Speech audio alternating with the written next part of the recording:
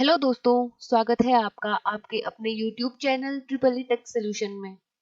आज के सेशन में हम डिस्कस करने वाले हैं एसएससी जे इलेक्ट्रिकल के प्रीवियस ईयर क्वेश्चन। तो आज की वीडियो स्टार्ट करने से पहले वीडियो को शेयर कर दें और अगर चैनल पे नए हो तो चैनल को सब्सक्राइब कर दो। तो चलते स्टार्ट करते हैं आज का सेशन। तो क्वेश्चन आपके सामने है, state whether the following statement regarding transmission of power at high voltage are true। तो जो हाई वोल्टेज पावर ट्रांसमिशन होती है उसके संदर्भ में कौन सा पॉइंट यहाँ पे सही है ये हमें बताना है। तो पहला पॉइंट दिया हुआ है, it reduce volume of conductor required. तो ये तो हो जाएगा सही, क्योंकि अगर हमें सेम पावर ट्रांसफर करनी है और अब हम वोल्टेज को बढ़ा देते हैं तो उसी प्रोपोर्शन में करंट की वैल्यू घट जाती है। अब करंट की वैल्यू घट जाएगी तो आई स्क्वायर आर लॉसेस कम होंगे और आई स्क्वायर और लॉसेस कम होंगे तो एफिशिएंसी भी बढ़ जाएगी। अब क्योंकि देखिए यहाँ पे करंट की वैल्यू कम है तो जो कंडक्टर होगा वो भी छोटा लगेगा, मतलब पतला कंडक्टर यूज होगा। तो यहाँ पे ये वाला भी सही हो जाएगा। अब दूसरा बताया मैंने, इट इंक्रीजेस ट्रांसमिशन एफिशिएंसी, क्योंकि यहाँ पे लॉस कम हो गए हैं तो एफिशिएंसी खुद खुद ही बढ़ जाएगी। तो यहाँ पे ये वाला ऑप्शन भी राइट हो जाएगा। ऑप्शन और तीसरा दिया है हमारा, it decrease the cost of transformer switch gear and terminal apparatus. अब देखिए जैसे जैसे वोल्टेज बढ़ेगा तो वोल्टेज बढ़ने के साथ हमें ट्रांसफार्मर भी बड़ा चाहिए, स्विच गियर और प्रोटेक्शन भी के अपैरेटस भी बड़े चाहिए, तो इसकी कॉस्ट तो बढ़ जाएगी। तो यहाँ पे ये पॉइंट गलत है, तो हमारे दो सही और तीसरा गलत है। तो यहाँ पे सूटेबल ऑप्शन है हमारा option B.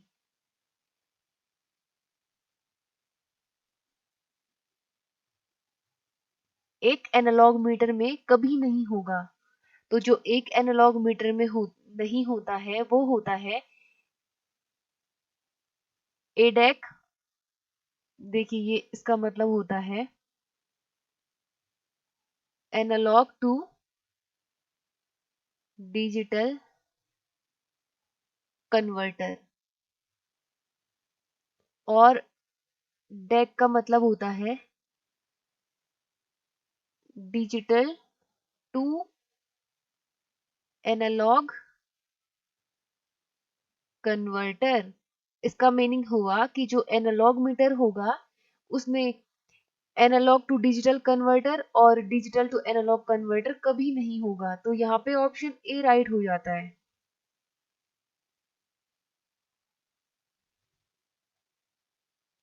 Eureka is a commercial name of heating element whose composition is। तो देखिए जैसे आपने क्वेश्चन में देख लिया है कि यूरेका एक हीटिंग एलिमेंट है जो कंपोजिशन होता है निकिल और कॉपर का। अब निकिल और कॉपर का इसमें कंपोजिशन कितना है, तो ये ऑप्शन हो जाएगा हमारा बी। इसमें 55% कॉपर होता है और 45% निकिल होता है। देखिए यूरेका की जो प्रॉपर्टी है, इसकी जो रेजिस्टिविटी होती है वो ऑलमोस्ट कांस्टेंट होती है वेरियस रेंज ऑफ टेम्परेचर के लिए। मतलब इसका जो टेम्परेचर कॉफिशिएंट होता है ये बहुत कम होता है।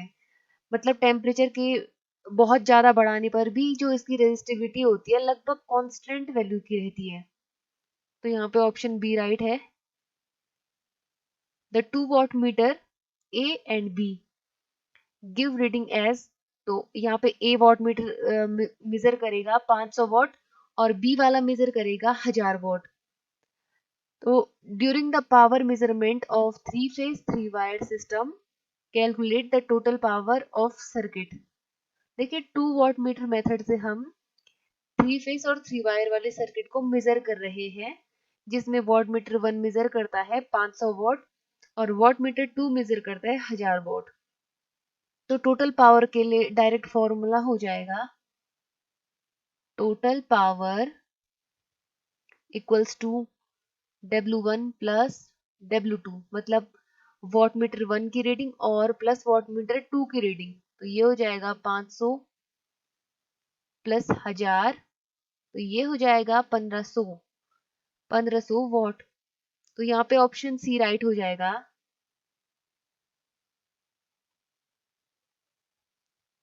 Which of the following meter is the most accurate instrument for measuring AC signal with frequency lower than 200 Hz? तो इनमें से कौन सा मीटर है जो ज्यादा एक्यूरेट काम करता है जब इसकी फ्रीक्वेंसी 200 हर्ट्ज से कम होती है? तो ये होता है इलेक्ट्रोडायनोमीटर मूवमेंट में। ये मोस्ट एक्यूरेट वर्क करता है जब मीटर 200 हर्ट्ज से कम फ्रीक्वेंसी वाले एसी सिग्नल को मापता है। अब देखिए जो इलेक्ट्रोडायनमोमीटर वॉट मीटर होता है ये मैक्सिमम यूज होते हैं as a watt meter. Watt meter की कंडीशन में इनकी एक्यूरेसी हाई होती है, मतलब इन्हें हम और मीटर की तरह भी यूज कर सकते हैं, लेकिन जब हम as a watt meter use करते हैं देन इनकी एक्यूरेसी सबसे ज्यादा होती है। ये एसी और डीसी दोनों को नाप लेते हैं और इनमें लेस पावर कंजप्शन होता है।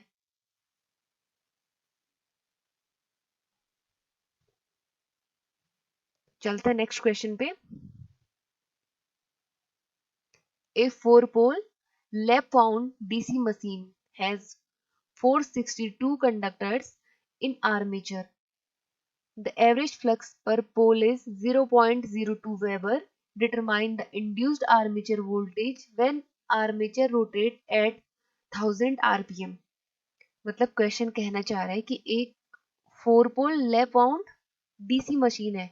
अब लैप वाउंड का कॉन्सेप्ट आपको पता है कि जो इसमें पैरेलल पाथ होता है ये नंबर ऑफ पोल्स के बराबर होता है, और इसकी जगह अगर वेव बाउंड होता तो number of parallel path equals to 2 होता किसी भी कंडीशन में, चाहे फिर पोल कितने भी हों। आगे दिया हुआ है कंडक्टर 462, तो कंडक्टर दिए हैं 462 और दिया हुआ है जो एवरेज फ्लक्स पर पोल है फ्लक्स फाई ये है 0.02 वेबर और ये स्पीड इसकी स्पीड है 1000 आरपीएम।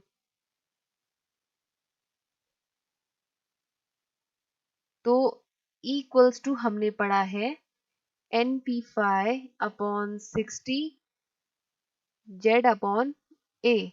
अब देखिए लैब की कंडीशन में होता है A इक्वल्स टू P, तो A से P तो पहले ही कट जाता है। अब हम वैल्यू रख लेते हैं क्योंकि हमें वैल्यू सारी दी हुई है।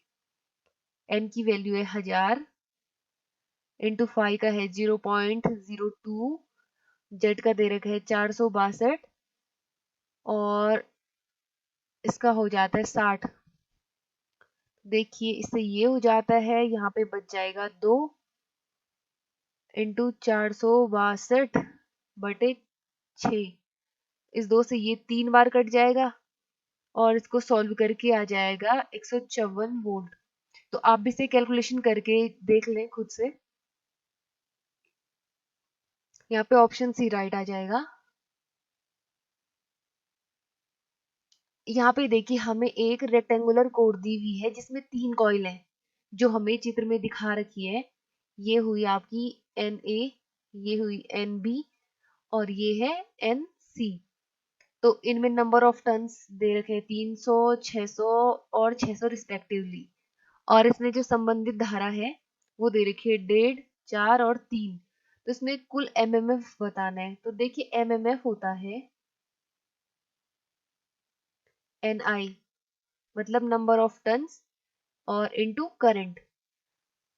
तो अल्टरनेट कर लेते हैं इसे NAIA और दूसरे का जोड़ लेंगे इसमें NBIB प्लस NC/IC, अब ये NA/IA हो जाएगा इसका, number of turn into current, NB/IB हो जाएगा इसका, और NC/IC हो जाएगा इसका।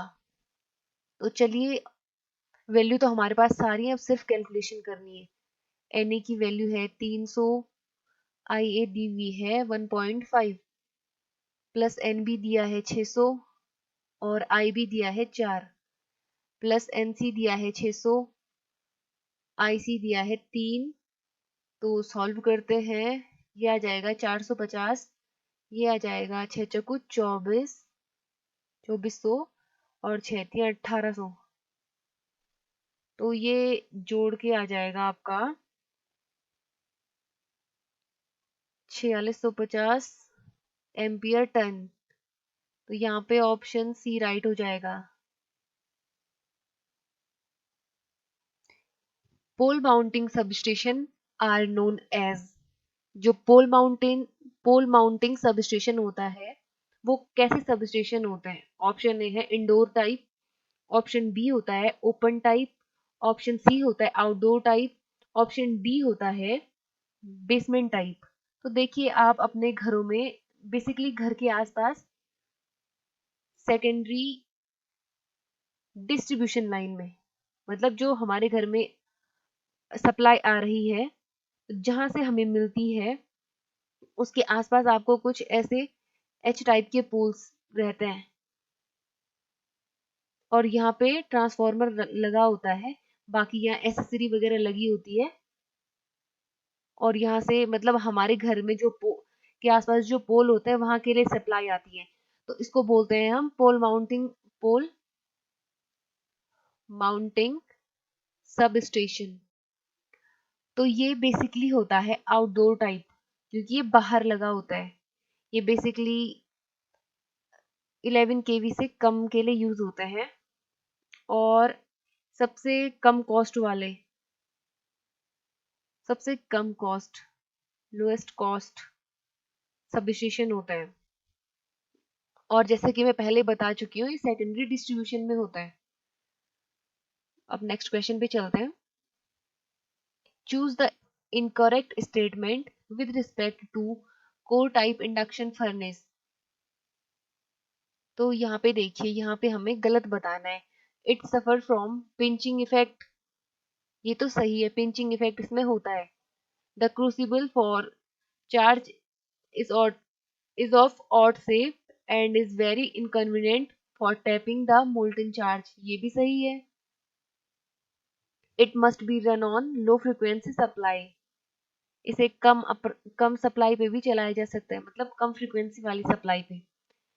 It is suitable for intermittent service only. तो देखिए, यहाँ पे ऑप्शन डी राइट हो जाएगा। यहाँ पे ये जो इंडक्शन फर्नेस होती है, इसमें जितनी भी हीट जनरेट होती है ये चार्ज के फॉर्म में होती है, चार्ज फॉर्म में। और जो इंडक्शन टाइप फर्नेस होती है बेसिकली दो टाइप की होती है, एक होती है कोर टाइप, दूसरी होती है कोरलेस। यहाँ पे ऑप्शन डी राइट है।